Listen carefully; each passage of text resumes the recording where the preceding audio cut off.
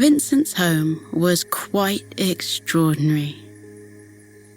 Except for a wood-panelled library and a small yet cosy bedroom, the old mansion had been entirely converted into a gigantic laboratory.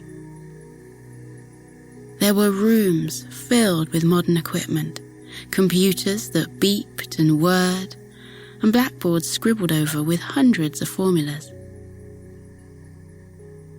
The upper floors were used for storage, while the rest of the house was reserved for different types of experimentation. At ground level, replacing the tile-floored kitchen was the main testing area. From sunrise until sunset, this space was a hive of activity. It was here that Vincent conducted all of his most important experiments. The testing room was clean and organized. It had digital scales, old thermometers, glassware, and plasticware in all shapes and sizes. Surrounded by machinery and various supplies was a long, well-lit workstation. Vincent spent hours behind it every day.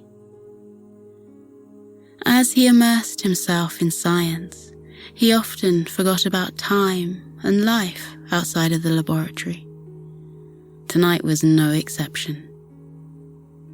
Even after the clock struck midnight, Vincent continued working on the experiment he'd been focused on for some time. He was trying to create a formula for sweet dreams. He switched on a small gas burner and for a few moments watched its flame. It was as steady as it was blue. Vincent positioned the burner under a three-legged stand. Sitting on top, just inches above the flame, was a beaker filled with a milky white liquid. As the flask began to heat, steam climbed its narrow walls. Curling vapours floated upward and a sweet, delicate scent permeated the air. Exposed to the heat of the flame, the liquid inside the flask began to move, ever so slightly. As its temperature rose, its colour also started to change, from milky white to Arctic blue, and then to baby blue and darker tones. Vincent observed the slow transition. It was satisfying, like a long yawn. When it reached the boiling point, the heated liquid transformed into a mysterious new substance. It was thick, gooey, and the same shade as the night sky. Bubbles of air popped up at its surface, and before long, it simmered like lava in an active volcano. Behind his safety goggles, Vincent's eyes were filled with hope. For years, he'd been searching for a formula that could give everyone the sweetest dreams. However, creating and bottling such a potion was not an easy task.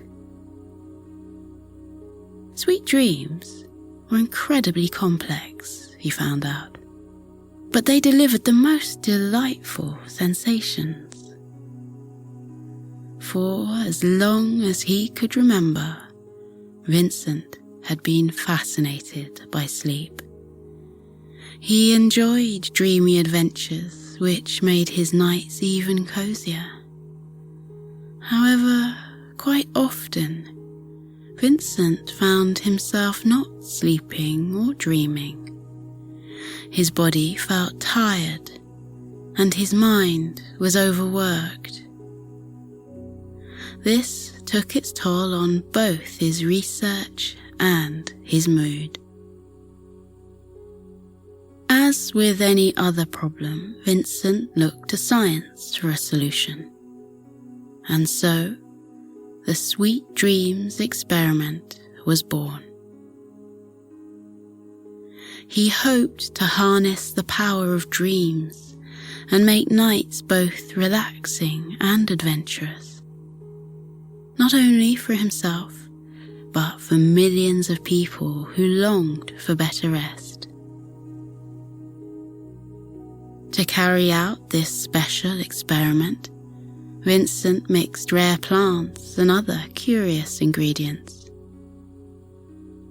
Some of his tests came close to producing a dream, but couldn't deliver the full experience. Others didn't work at all. In Vincent's first experiment, none of his test subjects fell asleep. In the second, they slept soundly, but dreams never came. Later tests led to both sleep and dreams, but the imagined adventures were often missing colour, smell, taste, or sound. Despite these challenges, Vincent didn't give up. He believed that patience and determination would eventually lead to a scientific breakthrough. And so he kept on doing test after test, confident that each one was an important step towards achieving his goal. Watching the gooey substance bubble and boil inside the flask, Vincent thought his latest experiment looked very promising.